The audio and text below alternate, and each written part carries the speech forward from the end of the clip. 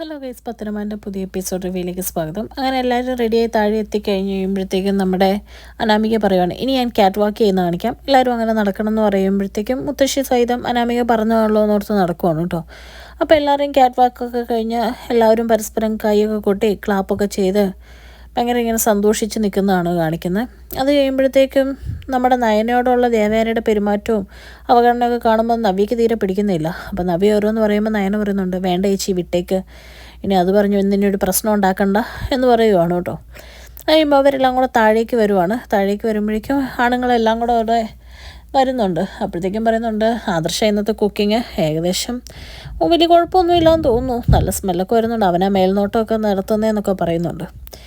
അപ്പോഴത്തേക്കും നമ്മുടെ അബിയോട് ജയനും അജയനും പറയുന്നുണ്ട്, ഇവന് പുറത്തുനിന്നുള്ള ഫുഡല്ലേ ഇഷ്ടം, അതുകൊണ്ട് ഇവന് അതിൽ വലിയ പിടുത്തമൊന്നുമില്ല, ബാറിൽ നിന്ന് ഫുഡ് കഴിച്ചാലല്ലേ ഇവന് പറ്റുള്ളൂ എന്നിങ്ങനെ പറയുമ്പോൾ അബി പറയുന്നുണ്ട്, എനിക്കിപ്പോൾ പുറത്തുനിന്ന് അങ്ങനെ ഫുഡ് വേണമെന്നൊന്നുമില്ല, വീട്ടിലെ ഫുഡാണ് എനിക്ക് ഇഷ്ടം എന്ന് പറയുമ്പോഴത്തേക്കും പെട്ടെന്ന് ജലജ പറയുന്നുണ്ട്, എൻ്റെ മോനെ എന്തിനാണ് ഒരു കുടിയനാക്കുന്നത്, അവൻ്റെ കാര്യം എന്തിനാ ഇങ്ങനെ എടുത്തിടുന്നതെന്നൊക്കെ ചോദിക്കുന്നുണ്ട് കേട്ടോ. അപ്പോൾ അജയൻ പറയുന്നുണ്ട്, അവൻ്റെ സ്വഭാവം എത്രയാന്ന് പറഞ്ഞാലും മാറിയിട്ടൊന്നുമില്ല എന്ന് നമുക്ക് നന്നായിട്ട് അറിയാം എന്നൊക്കെ ഇങ്ങനെ കൊള്ളിച്ച് പറയുന്നുണ്ട്. അത് കഴിയുമ്പോഴത്തേക്കും നമ്മുടെ ആദർശിനെ കുളിച്ചുകൊണ്ട് നയന പറയുന്നുണ്ട്, പാചകം എവിടം വരെ ആയി, പാചകം കുറച്ച് വെച്ച് പാചകത്തിൽ ശ്രദ്ധിച്ചു കഴിഞ്ഞാൽ അതിൽ നല്ല മാറ്റം ഉണ്ടാവും എന്ന് പറയുവാണ്. കഴിയുമ്പോൾ ആദർശ് നയനെ വിളിച്ച് ഇങ്ങോട്ടൊന്ന് വന്നതെന്ന് പറഞ്ഞ് പുറത്തേക്ക് കൊണ്ടുപോവാണ്. ആ സമയത്ത് നമ്മുടെ ജലജ പറയുന്നുണ്ട്, പൊക്കി പറയാൻ വേണ്ടി കൊണ്ടുപോയേക്കുമായിരിക്കും അവളെ ഇന്നത്തെ ഡ്രസ്സ് ഇട്ടേക്കുന്നതിനെ പറ്റിയെന്ന് പറയുമ്പോഴത്തേക്കും നമ്മുടെ മുത്തശ്ശനോട് പറയുന്നുണ്ട്, നിന്നെ പൊക്കി പറയാൻ ഈ വീട്ടിൽ ആളില്ലാണ്ട് പോയത് നിൻ്റെ കയ്യിലിരിപ്പ് കാരണമാണ്, നിൻ്റെ സ്വഭാവം കൊണ്ടാണ് നിനക്കിവിടെ നിൻ്റെ ഹസ്ബൻഡ് ഇല്ലാണ്ട് പോയെന്നൊക്കെ പറയുന്നുണ്ട്.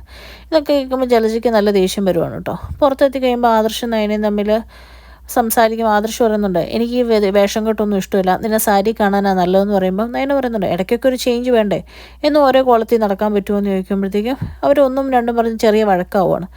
അപ്പം നയന പറയുന്നുണ്ട്, ഇനിയും ചേരുവകൾ കുറേ ചേർക്കാനുണ്ട്, പാചകം ബാക്കിയുണ്ടെന്ന് പറയുമ്പോൾ ആദർശ് ഇനി എനിക്ക് നിൻ്റെ ആവശ്യമൊന്നുമില്ല, ഞാൻ തന്നെ ചെയ്തോളാം എന്ന് പറയുവാണ് കേട്ടോ. അത് കഴിഞ്ഞ് കാണിക്കുന്നത് നമ്മുടെ കനക പറയുക, അമ്മ ഞാൻ വീട്ടിൽ പോയിട്ട് വരാം, അവിടെ നന്ദുവും ഗോവിന്ദേട്ടനും തനിച്ചല്ലേ എന്നൊക്കെ പറയുമ്പോൾ എല്ലാവർക്കും അതിലെ പോയിട്ട് പോകാമെന്ന് പറയുമ്പോൾ അനാമികയ്ക്ക് അത്ര ഇഷ്ടപ്പെടുന്നില്ല കേട്ടോ. അപ്പോഴേക്കും നമ്മുടെ ദേവേനി വരുന്നു, അതൊക്കെ താമസിക്കും എന്ന് പറഞ്ഞിട്ട് നമ്മുടെ കനക അവിടെ നിന്ന് ഇറങ്ങുവാണ്. പിറ്റേ ദിവസം വരാമെന്ന് പറഞ്ഞ് ആദർശനോട് നയന ഇറങ്ങുന്നതിന് മുമ്പ് ചോദിക്കുന്നുണ്ട്, എല്ലാവരും ഷോപ്പിങ്ങിന് ഇറങ്ങുന്നതിന് മുമ്പ് ഉറപ്പാണല്ലോ അല്ലേ എൻ്റെ ആവശ്യമില്ല എന്നുള്ളത്. അപ്പോൾ ആദർശ കട്ടയ്ക്ക് ഉറപ്പാന്നുള്ള രീതിയിൽ പറഞ്ഞിട്ട് പോവാണ്. ആ സമയത്ത് കനക വാതിൽ വന്ന് തട്ടുമ്പോൾ ഗോവിന്ദൻ വാതിൽ തുറക്കുവാണ് കേട്ടോ. എന്നിട്ട് ഗോവിന്ദൻ ആളെ മനസ്സിലാവാത്ത പോലെ നിൽക്കുവാണ്. അപ്പോഴത്തേക്കും പെട്ടെന്ന് കനകയുടെ കോലം കണ്ട് ഗോവിന്ദന് ചെറിയ സന്തോഷവും ചിരിയൊക്കെ വരുവാണ്. എന്നിട്ട് നന്ദുവിനെ വിളിച്ച് കാണിക്കുക. നന്ദു ഇതിനെ കാണുമ്പോൾ ഭയങ്കരമായിട്ട് നന്ദു കളിയാക്കിയിട്ട് വയ്ക്കും, ഇതെന്ത് കോലം അമ്മയെന്ന് ചോദിക്കുമ്പോഴത്തേക്കും ഇന്ന് അവിടെ ആണുങ്ങളായിരുന്നു പാചകം മോളെ, അങ്ങനെ മുത്തശ്ശൻ ഒരുക്കിയതാ, ബ്യൂട്ടീഷ്യൻസൊക്കെ വന്നായിരുന്നു, അപ്പം ഞാനും ഒന്ന് ഒരുങ്ങിയെന്നൊക്കെ പറയുവാണ് കേട്ടോ. അത് കഴിയുമ്പോഴത്തേക്കും അവിടുത്തെ ഓരോ വിശേഷങ്ങളൊക്കെ പറഞ്ഞിട്ട് കനക പറയാം, എന്തായാലും 2 ദിവസം ഞാനിവിടെ നിന്നിട്ടേ പോകുന്നുള്ളൂ എന്ന് പറയുമ്പം ഗോവിന്ദൻ പറയാം, അത് പറ്റില്ല, നവ്യമോളുടെക്ക് ഇപ്പം നിന്നെ അവിടെ ആവശ്യമുള്ള സമയമല്ലേ, നീ അവിടെ പോയി നിൽക്കണം എന്നൊക്കെ ഇങ്ങനെ പറയുവാണ്.